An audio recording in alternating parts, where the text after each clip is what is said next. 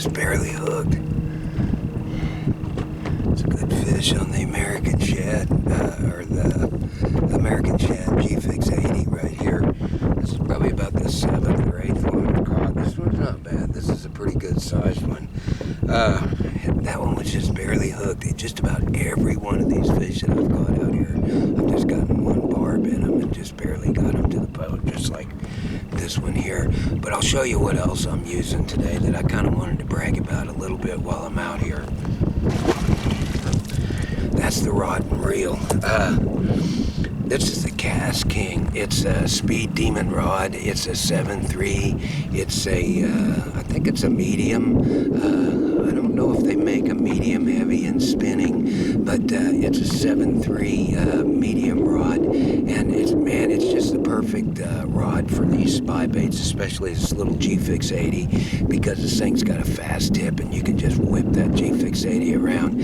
Also, it's the KastKing Speed Demon spinning reel here. I think it's a 2000 model, but I've got it loaded down with 8-pound fluoro. I'm not using a leader or anything like that. I just got straight 8-pound fluorocarbon, and it's Tatsu, CR Tatsu.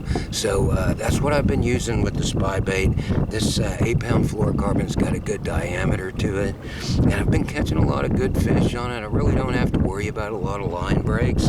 I will say this about fluorocarbon.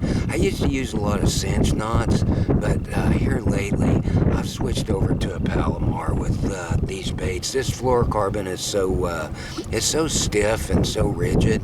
There's some cinch knots that just don't do a good job and don't hold. They kind of come undone. So I switched over to a Palomar for my knot on these Spybaits. But that's the rod and the reel and the line that I'm using.